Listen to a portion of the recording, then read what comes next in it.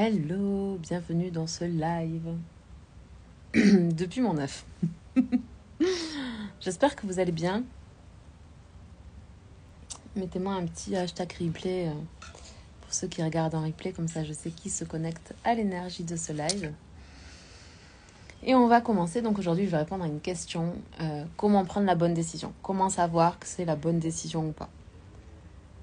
Donc ça reste de bouger un peu parce que je me balance dans mon œuf. Bienvenue. Dis-moi quel est ton prénom Ayorama Bijou, s'il te plaît, parce que du coup, avec vos pseudos, je sais jamais qui est là et du coup, je peux pas vous saluer. Donc, laisse-moi savoir quel est ton prénom, s'il te plaît. Et bienvenue à toi dans ce live. Donc, aujourd'hui, je vais répondre à une question. La question, c'est comment être sûr de prendre la bonne décision. C'est ça exactement la question. Et en fait, effectivement, la peur de prendre de mauvaises décisions est une des peurs qui favorise la temporisation. La temporisation, c'est ce que Magali, bienvenue Magali, bienvenue à toi dans ce live. Merci d'être souvent en live d'ailleurs avec moi, ça me fait plaisir à chaque fois de savoir que tu te connectes à l'énergie du live. Donc, je disais, la peur de prendre de mauvaises décisions est une des peurs qui nous amène à procrastiner, à temporiser. Je vous rappelle juste que on utilise de manière générale le mot procrastination. En réalité, la procrastination, c'est plus de l'ordre de la maladie mentale, dans le sens où quelqu'un qui procrastine vraiment, il n'y arrive pas du tout à passer à l'action. Hello ma belle Mela, bienvenue dans mon live. Donc une personne qui procrastine vraiment, c'est une pathologie mentale, dans le sens où même s'il y a une urgence, par exemple faire ses impôts ou peu importe ce que ça peut être, même dans une situation d'urgence, la personne n'arrive pas à passer à l'action. Alors que la temporisation, c'est ce qui nous touche tous dans 99% des cas, elle est liée à la peur qu'on a. Peur, il y a plusieurs types de peurs. Vous pouvez avoir peur de l'échec, vous pouvez avoir peur de réussir, vous pouvez avoir peur de maintenir un haut niveau de performance. Et parmi les peurs, donc il y en a d'autres, mais parmi les peurs, une des peurs, c'est de prendre de mauvaises décisions. Et souvent, mes clientes n'arrivent pas à passer à l'action parce qu'elles n'arrivent pas à savoir quelle est la bonne décision. Ah, il pleut, c'est trop cool. Il y a une petite bruine. Elles n'arrivent pas à savoir quelle est la bonne décision. Donc aujourd'hui dans ce live, on va essayer de comprendre comment est-ce qu'on fait pour prendre la bonne décision. Déjà, il y a deux types de... Il y a deux choses possibles. Soit vous êtes quelqu'un d'assez intuitif et vous êtes en mesure de vous connecter à votre âme. Une simple intention suffit. Vous connectez à votre âme et vous essayez de ressentir en fait, est-ce que dans votre plexus solaire ou votre chakra du cœur, quand vous visualisez une décision ou une autre décision, est-ce que ça se contracte ici ou est-ce qu'il y a une forme d'expansion? Si ça se contracte, c'est que c'est pas la bonne décision à prendre. Et si au contraire il y a une forme d'expansion, c'est que c'est la bonne décision pour vous. Donc ça fonctionne pour les personnes qui ont une forme de sensibilité, qui ont une facilité à se connecter à leur corps, etc. Maintenant, comment faire pour les personnes qui sont vachement dans le mental et qui ont besoin de contrôler leurs décisions? Donc ça a été moi pendant très longtemps. Donc bienvenue si vous êtes comme ça. Donc vous connaissez, j'imagine, la liste des pour et des contre. Mais l'idée en tout cas, c'est que avant de prendre une décision, ce qui est important, ça va être de faire votre liste de pour et de contre, mais surtout de faire des recherches. Et de rechercher, hello, bienvenue Framboise dans ce live. Et de faire des recherches en fait, afin de prendre votre décision depuis un endroit qui est neutre. Par exemple, vous dites, ok, je sais pas quelle peinture choisir pour mon salon, ou je sais pas quoi mettre comme carrelage sur ma terrasse, enfin, bref, ou je sais pas si je dois lancer telle formation ou telle autre formation. L'idée, ça va être vraiment de faire la liste de pourquoi est-ce que ça serait bien de prendre cette décision-là, pourquoi ça serait pas bien, et pareil pour l'autre. Et une fois que vous avez fait ça, une fois que vous avez vraiment pris le temps de faire vos recherches, dites-vous par exemple, ok, je me donne 2 jours pour prendre une décision par rapport à ce produit. Je me donne 2 jours pour prendre une décision par rapport à est-ce que je rejoins cette formation ou pas, mais pas au-delà de 2 jours parce que malheureusement, dans la prise de décision, on croit toujours que c'est oui, non. En réalité, il y a une troisième option qui est l'indécision. Et c'est l'indécision qui vous tue. C'est le fait de ne jamais prendre de décision parce que vous avez peur que ça soit pas la bonne. Et c'est pour ça que vous temporisez. Coucou Chloé, bienvenue dans ce live. Ça me fait super plaisir que tu sois là. Donc c'est ça. Donc, quand vous prenez pas de décision, quand vous restez dans l'indécision, quand vous mettez plus de 48 heures à prendre une décision par rapport à deux choix qui sont assez clairs, par exemple, est-ce que je rejoins une formation ou pas, bien, vous entrez dans l'indécision et à ce moment-là, moins vous prenez de décisions, plus le doute augmente et plus vous êtes en train de perdre confiance en vous, en votre instinct et en votre capacité à revenir dans votre corps et à vous connecter à ce sentiment d'expansion au niveau du cœur ou au contraire de contraction.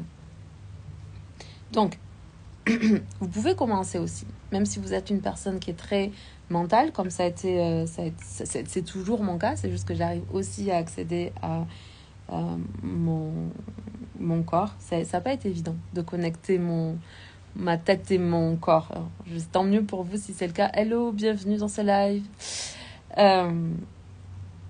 Mais en fait, c'est un apprentissage. Donc, je vais vous inviter régulièrement quand vous voulez prendre une décision, mais même pour des décisions entre guillemets bêtes du quotidien, sans jugement sur le bête, mais des décisions simples du quotidien. Est-ce que j'ai envie de prendre un café ou un thé? Regardez ce que ça vous fait dans le corps. Quand on vous demande est-ce que tu veux un café, plutôt que de répondre de manière automatique, connectez-vous à votre corps et dites-vous, ok, est-ce que j'ai envie d'un café là maintenant?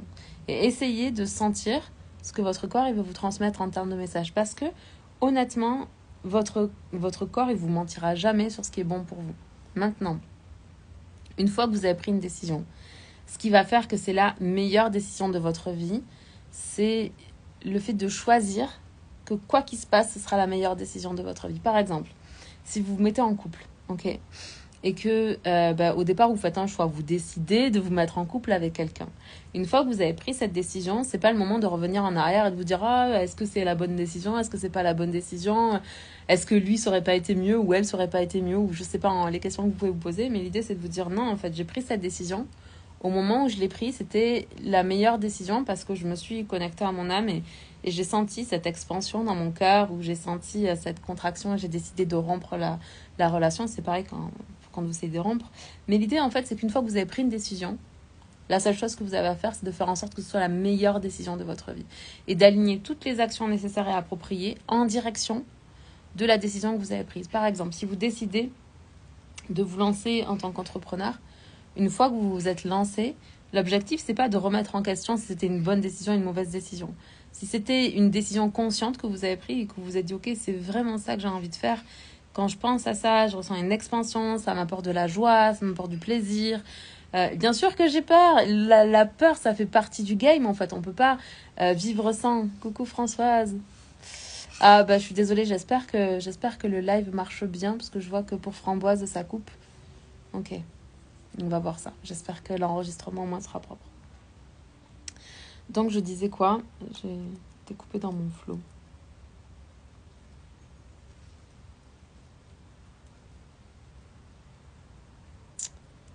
Je sais plus. C'est pas grave.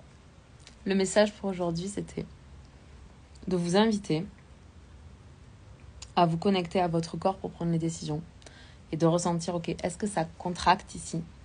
Ou est-ce qu'il y a une expansion au niveau du cœur? Première chose. Deuxième chose, est-ce que... Merci, mais là, ça marche bien, c'est cool. Est-ce que quand vous pensez à ce truc-là, ça vous procure des sentiments agréables et positifs? La peur fait partie du game. Vous ne pourrez pas sortir la peur. La peur, c'est votre système nerveux qui essaye de vous maintenir en vie et qui veut s'assurer que vous allez survivre à ce qui va se passer. C'est cette histoire de sortie de zone de confort. Là où vous êtes aujourd'hui, maintenant, là où c'est confortable pour vous, ça vous fait pas peur parce que c'est un endroit que vous connaissez. Et le fait de sortir de votre zone de confort fait que votre cerveau, il sait pas ce qui va se passer. Il sait pas si ça va être mieux ou moins bien, mais il sait une chose, c'est qu'il connaît pas.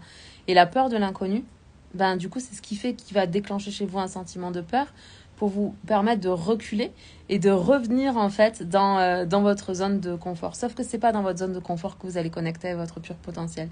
C'est en acceptant de vous mettre dans une zone d'inconfort, sortir de votre zone de confort, et attention à différencier la zone de confort de la zone de panique. Si quand vous prenez une décision avec un gap qui est tellement grand entre là où vous êtes et ce que vous désirez, sans vous concentrer sur les petits pas que vous êtes en train de faire pour y arriver, en fait, regardez juste la prochaine étape, vous risquez de vous mettre en zone de panique. Et si vous rentrez en zone de panique, votre amygdale, en fait, elle va juste péter les plombs, elle va lancer le système d'alarme qui va dire « Hey, attention, danger !» vous allez ressentir de la peur. Et parfois, donc je vous ai expliqué, quand on est face à la peur, soit on fuit, soit on combat, soit on fait le mort. Quand on fuit, c'est que par exemple, vous savez que vous devez faire un live, je sais pas, par exemple, vous savez que vous devez tourner une vidéo pour votre formation, vous savez que vous devez écrire un livre, vous savez que vous devez, peu importe ce que vous devez faire. Et au lieu de faire ça, vous allez faire la vaisselle. Moi, je me rappelle parfaitement quand j'étais étudiante et que je devais écrire mon mémoire, je trouvais que c'était le meilleur moment de la Terre de récurer les joints de la salle de bain avec la brosse à dents et la javel. Mais c'est vrai. Et en fait, qu'est-ce que je faisais? J'étais en train de m'éparpiller. Donc, j'étais en train de passer à l'action, mais pas dans le sens de ce que je devais faire. La fuite, c'est par exemple quand vous regardez Netflix à la place de faire ce que vous devez faire. Quand vous scrollez sur les réseaux sociaux sans vous arrêter. Quand vous allez manger une tartine au Nutella pour ressentir du plaisir.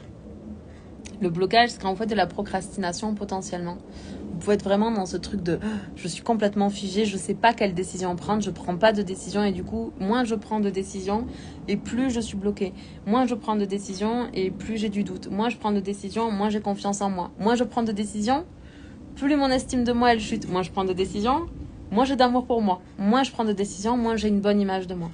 Donc l'idée en fait avec la prise de décision, c'est que de toute façon, au moment où vous prenez la décision, vous ne pouvez pas savoir de façon certaine, formelle et définitive que vous allez obtenir ce que vous voulez. C'est pas possible.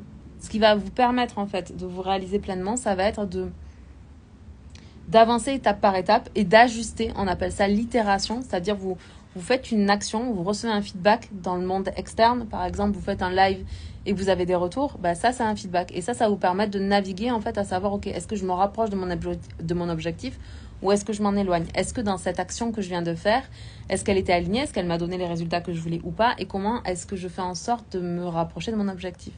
C'est ça, en fait, qui va vous permettre d'obtenir le résultat que vous voulez. C'est pas le moment où vous prenez la décision. Le moment où vous prenez la décision, c'est couper, trancher, c'est un instant.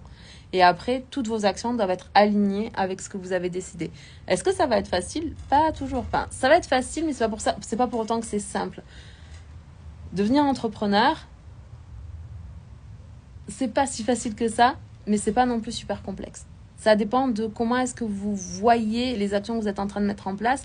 Est-ce qu'à chaque décision que vous devez prendre, vous êtes en train de flipper, de vous torturer au point de vous tordre le bide parce que vous avez peur de ne pas prendre la bonne décision? Ou est-ce que vous faites confiance au fait que si vous avez eu cette idée, c'est cette idée qu'il faut suivre et que de toute façon, l'important c'est de passer à l'action, de faire des choses dans le monde physique et matériel parce que vous aurez du feedback et parce qu'avec ce feedback, vous allez pouvoir avoir de la clarté, vous allez pouvoir avancer. Si vous attendez d'être 100% clair sur toutes les étapes qui vous emmènent vers votre objectif, alors vous allez temporiser, procrastiner à mort et pendant encore longtemps. L'idée, c'est juste d'être clair sur la prochaine étape. Juste la prochaine étape. Si vous avez de la clarté sur la prochaine étape, faites la prochaine étape. Assurez-vous qu'elle soit alignée avec ce que vous désirez vraiment. Assurez-vous que ce soit quelque chose qui vienne nourrir vos bons penchants et pas vos mauvais penchants. Et vous y arriverez, voilà. Et ce sera la bonne décision que vous aurez prise. Voilà. J'espère que ce live vous aura apporté une prise de conscience. J'espère qu'il vous aura aidé. Si vous avez des questions, n'hésitez pas dans les commentaires. Je vous fais des gros bisous. Et puis on se parle demain. Bisous. Bonne soirée.